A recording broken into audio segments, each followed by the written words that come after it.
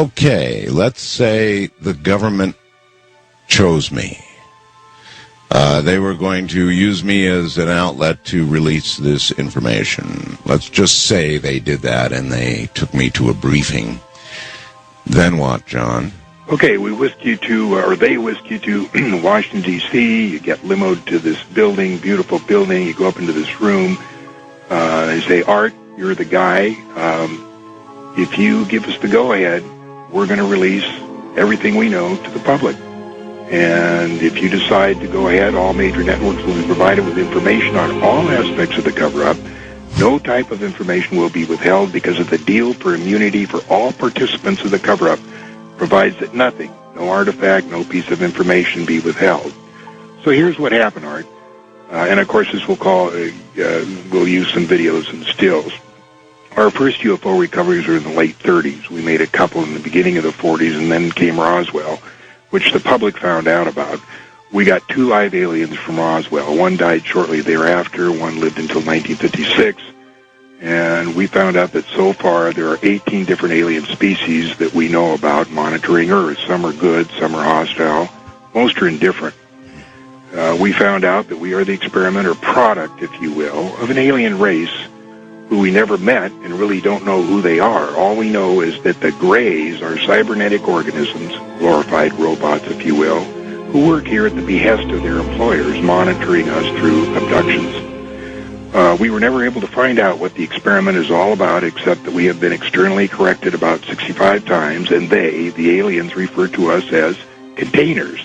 There has been speculation that the souls our bodies contains is the reason for the experiment, but nothing has been proven or determined.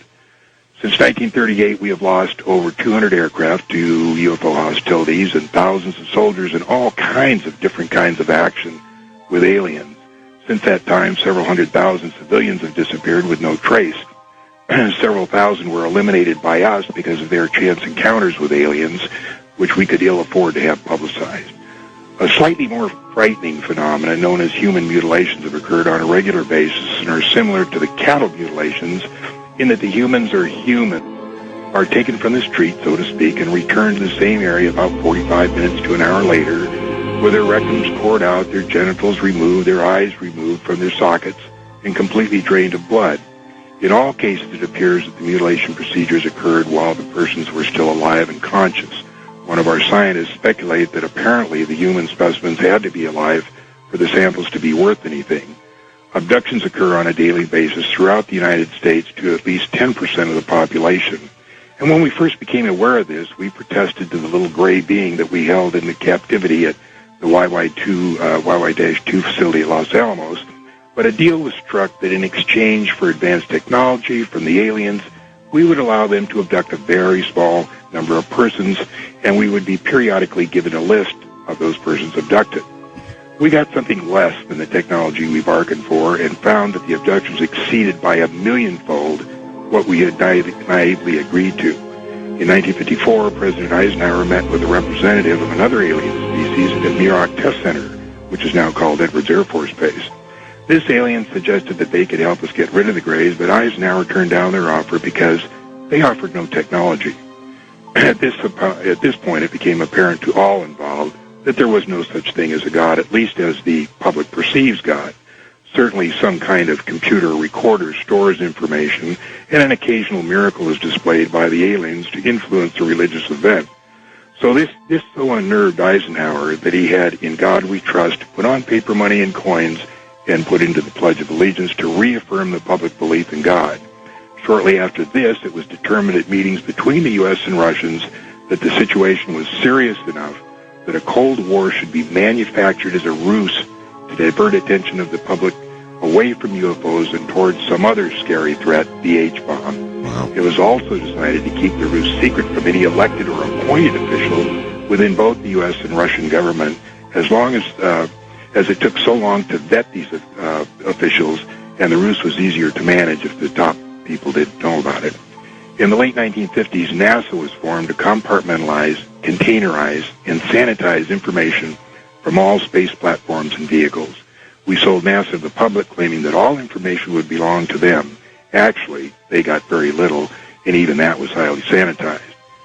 Our first efforts were to keep the public from learning about Venus, and that it's a similar planet to Earth, and that its population is very similar to us, but more technologically advanced. We have learned a lot from them.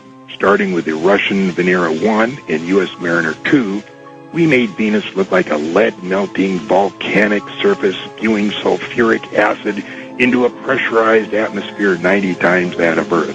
And was often the case we overdid it and wondered why no one ever asked how a parachute survived a descent into 800-degree air. We set up operations in Pine Gap, Australia to preclude any prying eyes trying to figure out what we were up to. We regularly eliminated, through extreme prejudice, anybody who was part of the operation and made the least little tiny threat about disclosure or satisfaction with the operation. Any space mission that included Mercury, Gemini, Apollo, Mariner, Voyager, Clementine, and all the rest, all data initially came transmitted to Pine Gap, and then it was relayed to JPL or wherever after the sanitizing. We had a little trouble with amateur radio operators, but we figured out when they figured out how they could intercept these signals, but we managed to deal with that.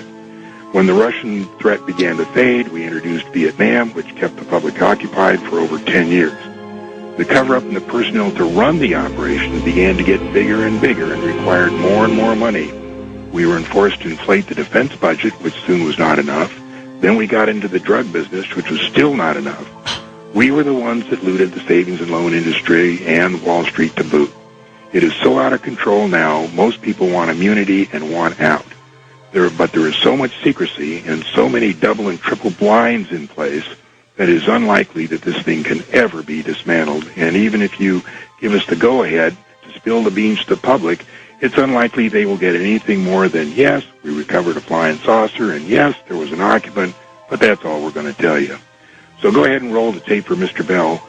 What you see here are the human mutilations look like. That one was a male about 27 years old.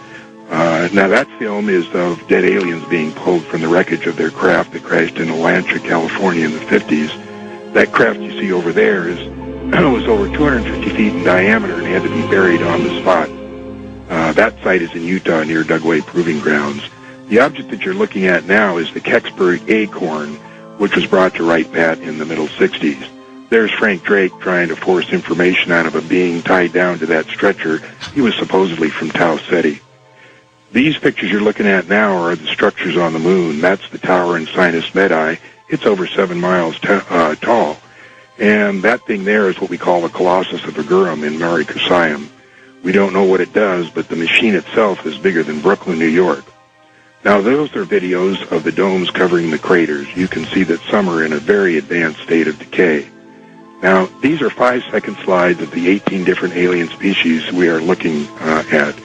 That one there is the most gruesome looking. The guards at one facility are carefully indoctrinated over a period of several months, being shown pictures similar to, but not exactly like the alien. Only when they have been acclimatized, so to speak, of the horrible-looking beings are they allowed to stand in security positions.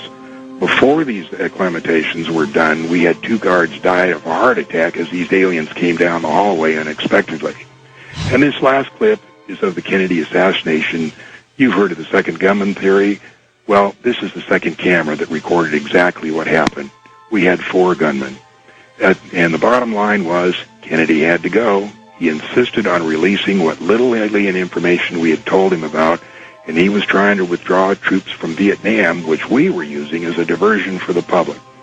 After the Kennedy, we never told any president anything. Nixon knew because he was briefed as VP in 1952. That's how he knew where to take Jackie Gleason to Homestead Air Force Base to see the alien bodies we had storage there. And that's about it. What say you, Art Bell? I we guess brief the public, yay or nay?